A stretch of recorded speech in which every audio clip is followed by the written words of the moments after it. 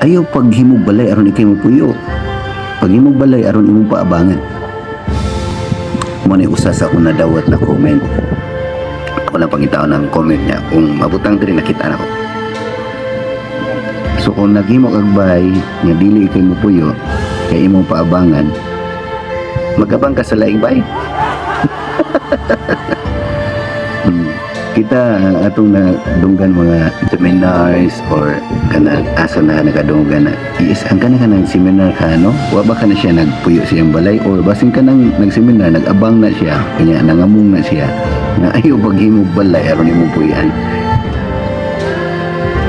Even mga successful na mga tao ila maging i-brag nga na sila ikaw galingong balay kay usa na sa basic need.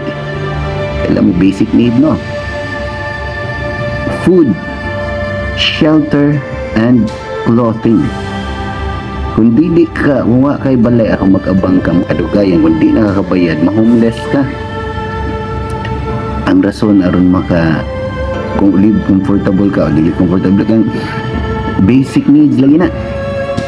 So, abot lang kung sakto ba niya akong idea. Pero ako, bahala gamay akong balay basta na ko yung guguling mong balay kay kung magabang ka maikog ka tiki ka renovate yung balay to na mo reklamo pa ka sa tag-iya niya may lagayuhon dayon kung ang gusto nimo maghimo kag balay aron paabangan may lagnanubra nimong kwarta wa magi kay guguling mong balay kunya imo na nung paghimo na kag aron paabangan sa laing tao. Kung yun ka sa video nga mo nakitaan o ganahan ka na makabaw sa sunod ng mga videos or mga uploads na ko, follow me on Facebook and TikTok and subscribe to my YouTube channel and then click the notification bell nya kay bawalan pud ko kung unsay imong comment din ha kung nakauyon ba ka o wa aron mas ma-improve na ako akong mga videos. Dahil salamat.